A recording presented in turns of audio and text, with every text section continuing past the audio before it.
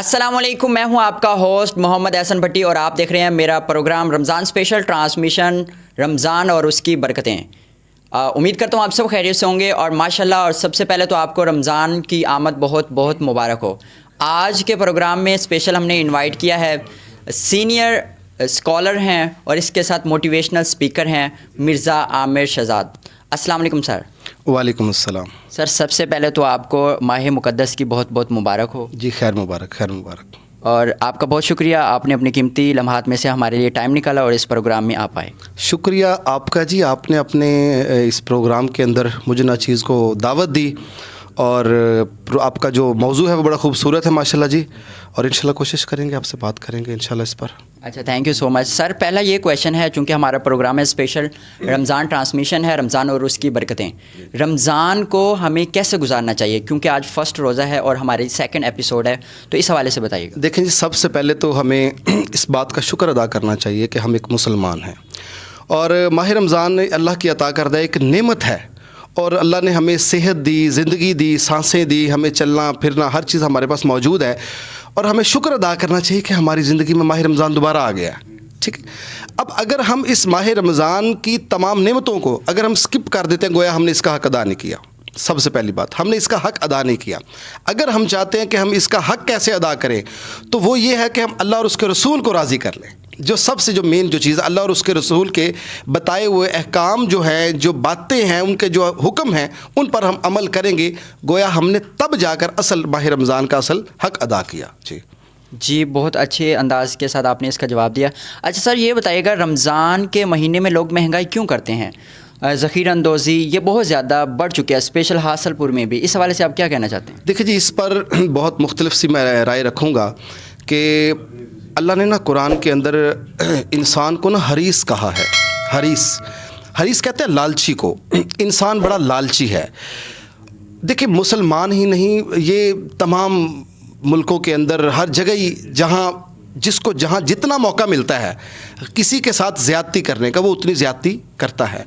اگر بات کی جائے کہ ہم مسلمان ہیں، اللہ نے اتنا خوبصورت ہمیں مہینہ دیا، اور اس مہینے میں چاہیے تو ہمیں یہ کہ ہم لوگوں کے ساتھ خیر خواہی کریں، جبکہ ہم کر رہے ہیں کہ ہم جو بیچنے والے ہیں وہ کیا کر رہے ہیں، اپنی مرضی کا ریٹ دے رہے ہیں۔ انہیں اس بات کا علم ہوتا ہے کہ یہ بکنی تو ضرور ہے۔ اب ماہ رمضان جب ہم روزہ افطار کرتے ہیں تو ہم کھجور کے ساتھ کرتے ہیں۔ اب کھجور مارکیٹ میں موجود ہے، پتہ بکنی ہے، بیچنے والے نے کہنا کہ خریدنے والے نے لینی ہے، یعنی کہ لینے والا باؤنڈ ہو گیا ہے۔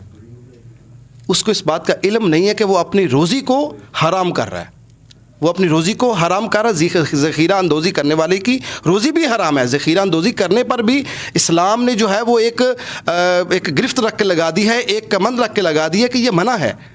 ایسے ہی بالکل جو ہے، جب ماہ رمضان خاص کر آتا ہے تو جتنے بھی یہ ریڑھی والے ہوتے ہیں یا دکاندار ہوتے ہیں، وہ اپنی مرضی کے ریٹ لگاتے ہیں، وہ لگا کر وہ کر کے رہے ہیں۔ انہیں ظاہری طور پر تو ایک وہ فائدہ محسوس ہو رہا ہے، مگر وہ حقیقی طور پر اپنی روزی کو ہی حرام کر رہے ہیں۔ تو ایسا نہیں کرنا چاہیے۔ کیوں؟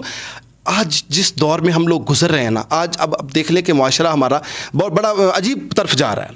ہمارے مہنگائی اس قدر ہے، غریب بیچارہ وہ دن میں کماتا کتنے ہے، اس کی 600 روپے دہاڑی ہے، شام کو جب وہ کچھ چیز لینے جا رہا ہے تو وہاں ہوتا کیا کہ وہ ایک چیز جس کو وہ 20 روپے میں لے کے اس کا گزارا ہو سکتا ہے، وہ اس کو وہاں 100 روپے دینا پڑ رہا ہے۔ یہ سوچنا کس کو چاہیے؟ یہ ہماری حکومت وقت کو بھی سوچنا چاہیے، اگر وہ ہمارے خیر خواہ ہیں۔ اگر حکومت وقت اگر ہماری خیر خواہ ہے تو اس کو یہ سوچنا چاہیے کہ وہ ان کے اوپر ایک پابندی لگا دے، یہ دکانداروں پر، ریڈیو والوں پر، ان کے اوپر ایک پابندی لگا دے کہ جو ریٹ وہ دیتے ہیں ان پر وہ چیز بیچیں، تو کبھی بھی کوئی ریٹ نہیں بڑھائے گا۔ ان پر جب ایک جرمانہ عائد ہو جائے گا تو کبھی بھی اس پر کوئی زیادتی نہیں کر سکتا۔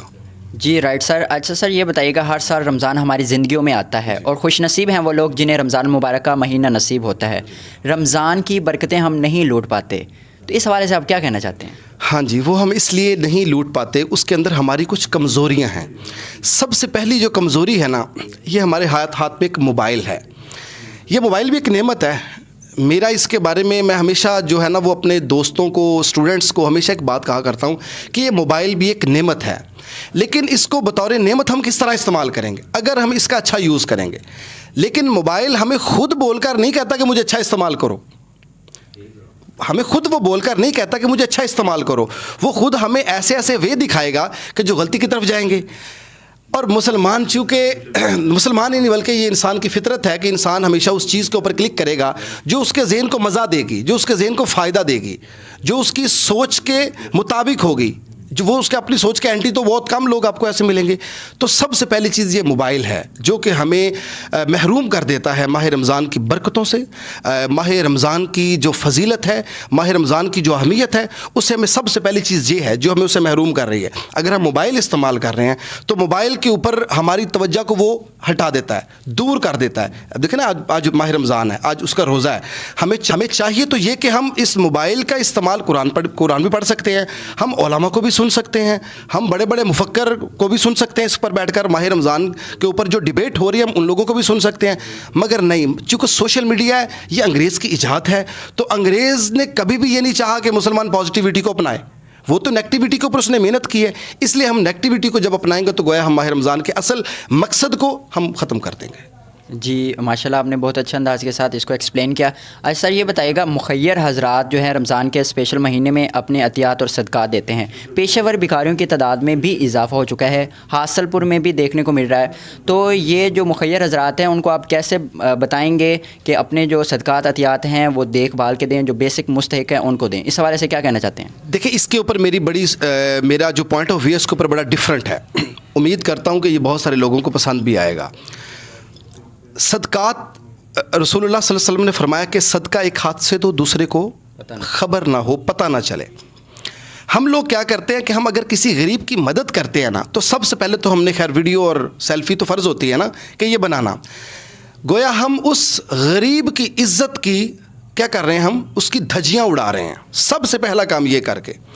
دوسری بات، اگر صدقات جتنے بھی مخیر حضرات ہیں، میری ان سے بھی گزارش ہے کہ اگر آپ لوگوں نے کسی غریب کی مدد کرنی ہے نا، دیکھیں اگر ہم نے یہ سوچا کہ ہم راشن کسی کے گھر پہنچاتے ہیں، وہ راشن کا ایک ڈبہ بنا لیتے ہیں، اس کے اندر گھی، چینی، چاول اور جو بھی ضروریات ہوتی ہیں جو وہ سمجھ رہا ہوتا ہے، اس نے پیک کر کے دے دیا. مجھے ایک بات بتائیں، ایک غریب کے گھر میں آپ نے آٹا بھیج دیا، اس کو آٹے کی ضرورت نہیں تھی، اس کے پاس کپڑے نہیں تھے.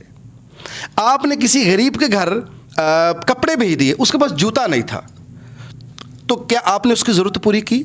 اس کی ضرورت آپ نے پوری نہیں کی. اگر آپ چاہتے ہیں کہ آپ اپنے صدقہ و خیرات کو صحیح طور پر اس کا استعمال کریں غریب، تو دیکھیں پیسہ جو ہے نا، آپ اگر کسی کو فائنینشلی کسی کو سپورٹ کرتے ہیں، وہ اس پیسے کی مدد سے اپنے مطابق اگر اس کو جوتے کی ضرورت ہے وہ جوتا لے سکتا ہے، اس کو کپڑوں کی ضرورت ہے وہ کپڑے لے سکتے ہیں. ہمارے مخیر حضرات کیا کرتے ہیں، ایک باکس بنا لیتے ہیں، ان کے اندر کھجوریں وغیرہ وغیرہ وغیرہ دے کے ان کے اوپر اپنے بزنس کا اوپر کے ٹیگ لگا کر وہ غریبوں میں بانٹ رہے ہیں. یقیناً میں یہاں ایک میری بات سخت لگے گی سننے والوں کو کہ آپ کی ایسی نیکی اللہ قبول نہیں کرے گا. کیوں؟ اگر آپ نے کسی کی مدد کرنی ہے تو وہ رات کے اندھیرے میں جا کر کریں. اگر آپ نے کسی کی ہیلپ کرنی ہے تو وہ رات کے اندھیرے میں جا کر کریں، پردے کے پیچھے کریں. ایک ہاتھ سے دے، دوسرے کو پتہ نہ چلے.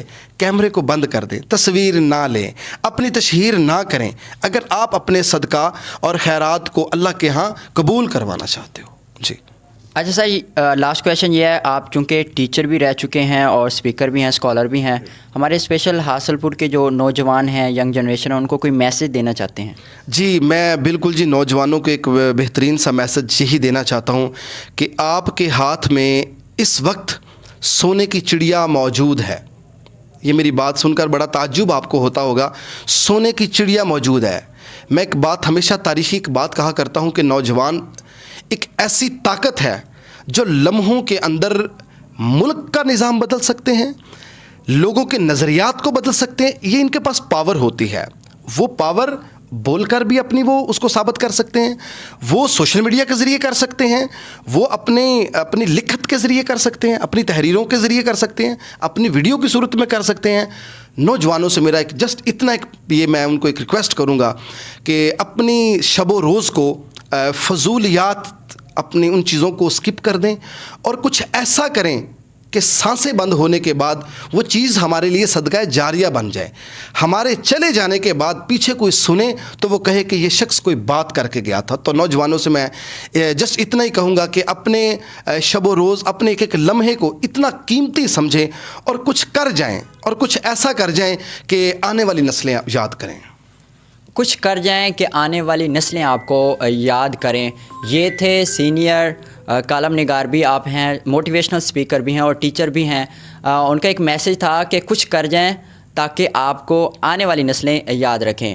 پروگرام کا وقت ختم ہوا. انشاءاللہ نیکسٹ ایپیسوڈ میں ایک ایسے ہی اسکالر اور مہمان کے ساتھ ہم حاضر ہوں گے. تب تک دیجیے اجازت. اللہ حافظ.